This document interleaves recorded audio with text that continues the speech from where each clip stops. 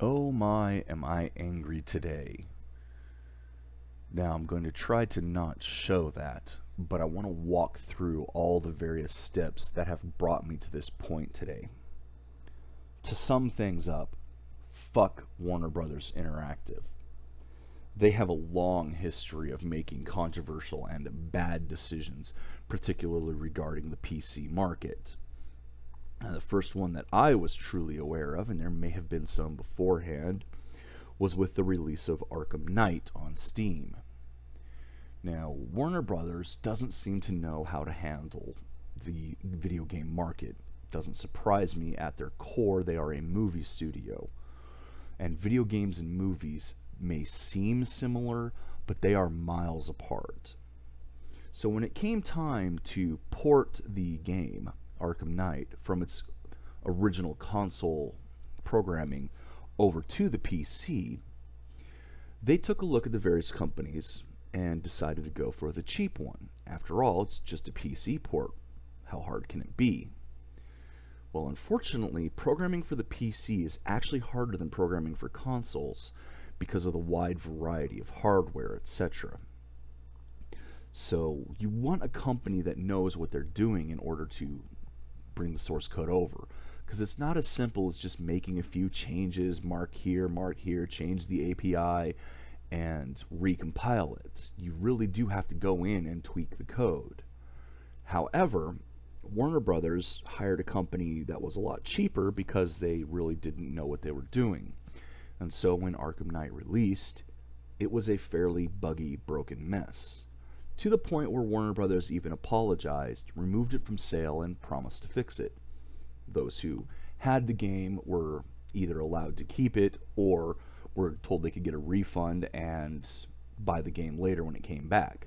Of course, if you wanted to play what was available, you had to keep the game. So it was off Steam for a while, and while this was happening, the DLC was being released for the consoles. But even if you had the season pass on the PC, you weren't getting the DLC. After all, the game wasn't available anymore, so they didn't care. Until eventually, several months late, they put the game back up with an apology. We're sorry, we couldn't fix it. Here's what you got instead.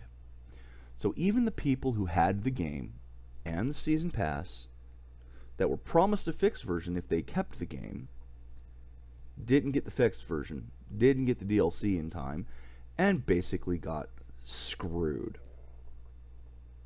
That's part one of this story.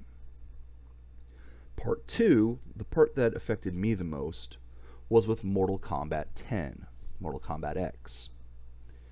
Now, I had the game and bought the DLC pack for it because I've been a fan of Mortal Kombat for a long time. And while I admit that Street Fighter is probably a better technical series, I just have more fun with Mortal Kombat. I like the over-the-top brutality and fatalities and such. It's just more fun. And Mortal Kombat 9, the reboot, also just known as Mortal Kombat, was quite a breath of fresh air. It was a good game for the first time in many years. Truly enjoyable and brought back the feelings of Mortal Kombat's classic history. And Mortal Kombat 10 was shaping up to be the same thing. In fact, what I was playing of it, I had a lot of fun. Then came the announcement that a second wave of DLC was coming. We were going to have extra characters added, things that would let us have like an Alien versus Predator, literally. In addition to the game, you had Leatherface being added to go with Jason, things like that. However, despite promises by the developer Ed Boon and the like, the PC port was being told, yeah, you guys aren't getting it.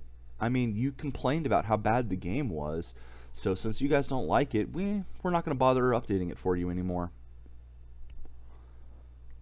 Oh, there was outrage about this, of course, because, well, Warner Brothers just told a large section of their audience that you're not important, even though you paid us and have been promised the same level of attention as the console players. We're not going to give you anything.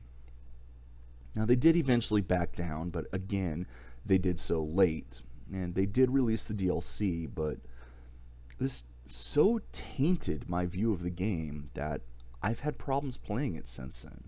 I've had problems playing any Mortal Kombat. Now, it's a psychological thing on my end, of course. As I said, they did turn back on their decision and did release the other DLC, but that taint is still there, hanging like a cloud over a series that I once loved.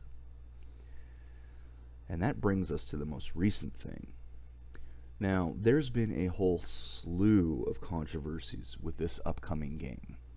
Shadow of War, the sequel to Shadow of Mordor. And Shadow of Mordor was a kind of underground sleeper hit. I mean, it had the Lord of the Rings IP, so people knew it was going to do something. But they figured, like most open world games, it would be fairly cliche, fairly trite, nothing spectacular about it, except for the advent of the Nemesis system. So this game actually turned out to be quite fantastic and engaging. So Warner Brothers knew they had a hit on their hands. And they've been doing everything they can to milk it for all it's worth, much to the disappointment of their fans. Now, I will leave more detailed analysis of what happened on these to the likes of SidAlpha or Jim Sterling. They've made countless videos, several on these subjects, that have gone into great detail, so I'm just going to summarize here. The first of the mistakes Warner Brothers made was turning Shelob, I believe that is how you pronounce the name, you know, the giant spider queen, into a beautiful woman, because you have to work with her. You couldn't work with a spider. No, she has to take the form of a beautiful woman. And while I am generally against the whole PC, by that I mean political correctness in this case, SJW-ish commentary, I do agree that this was completely unnecessary. The character is a giant spider, and as Jim Sterling says, it's more powerful having to ally yourself with the monster like that than to take that away and just have a stereotypical pretty woman. Just kills the point. So there was the first mistake. Then they decided to jump on the microtransaction bandwagon. Not just any microtransaction bandwagon. The loot boxes. Gambling. In a game that they're charging full price for, they want more money from you to unlock special items. Special items that give you actual statistical advantages. Special orcs for your side, etc. And while at first the arguments were, it's just a single-player game, there's no free-to-play in single-player, which there is. I mean, there is definite pay-to-win in single-player. Pardon my mistake. Then it was announced that, oh, there is a multiplayer, and the items you get from the loot boxes, well, they do have an impact there. Oh, sure, you can get those in the game yourself, but they're a lot harder to get. It'd be easier just to spend the money, wouldn't it? So they've added microtransactions and pay to win. Two things that in a full price game should never exist. And in fact, the latter, people would argue, should not exist at all. But they weren't done yet. Oh no. They decided to release an item for charity. You see, one of their developers passed away, and to honor him, because he was a favorite among the group, they built an in-game character, not unlike the mysterious stranger in Fallout, who will occasionally show up and kill an orc for you. Of course, it cost $5 for this power-up, but that's not the biggest issue. The biggest issue was the promise that the money would go to charity. Well, some of the money. $3.50 per sale specifically, and only in certain regions. And this was one of the rare cases where I actually came down on the side of Warner Brothers. You see, there's a lot of legal tangles with charity, specifically and particularly to individuals as opposed to organizations. There's a lot of legal loopholes, and it varies from region to region, country to country, even state to state. So yeah, there's a reason it's not available in some areas, or at least the charity portion isn't. And rather than just not sell it in those areas, they're selling it, you just don't get the benefit of sending to the charity. And while that does seem a little scummy to me and to many others, at least they're giving some to the charity in this case. I don't have the biggest problem with that. It's understandable. Not great, but understandable. But that's not the last thing they've done, especially regarding charity. Because there's a fantastic charity out there called Humble Bundle. And it's a charity that I truly support, because what they do is they let you purchase games and give a portion of your purchase, generally chosen by you, to charities. Sometimes they choose the charity, sometimes they let you choose the charity. And in this recent one, well,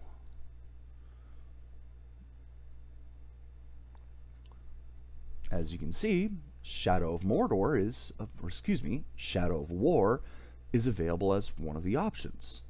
At the $80 tier, which, yeah, that's kind of expensive, but you do get other items as well. At the $80 tier, you get a pre-order for Shadow of War and a t-shirt. That seems all well and good, and you can go down and check the distribution, change the things up yourself, purchase the bundle, get all this various stuff, send the money to developers. Now this is the standard layout, but as you can see, you can actually change it. You can put less to the developers, more to the charity, and you can choose which charity you want here. I like the Electronic Frontier Foundation. However, what's that little note at the bottom say? That's an interesting note. To cover costs for the pre-order title and physical merchandise, a deduction of $60 plus tax will be made for qualifying bundles. Custom payment split ratios still apply to remaining payment. A deduction of $60 plus tax will be made. They put the pre-order for the game up for charity on Humble Bundle and then said, but we want all the money from the pre-orders.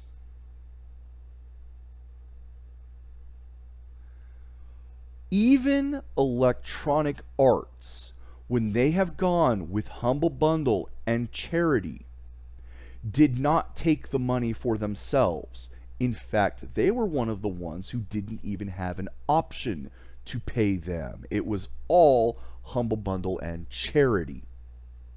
Warner Brothers, and I'm going to assume this was Warner Brothers themselves that made this decision, said, yes, you can put our game up, but we want the money.